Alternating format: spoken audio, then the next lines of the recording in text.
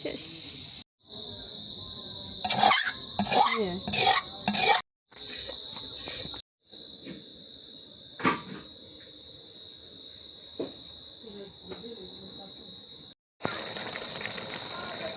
নাড়ু পাকায় নাড়ু, বুঝছো?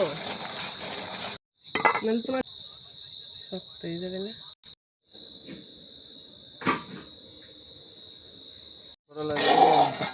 হ্যালো এভরিওয়ান, তো দেখতে পাচ্ছেন এখানে আমাদের তিলের নাড়ু বাঁধা হচ্ছে। এই যে পুজো, সামনে পুজো, তাই হচ্ছে গিয়ে বিভিন্ন ধরনের নাড়ু বানানো হচ্ছে। কে কে খাবেন চলে আসেন আমাদের বাসায়।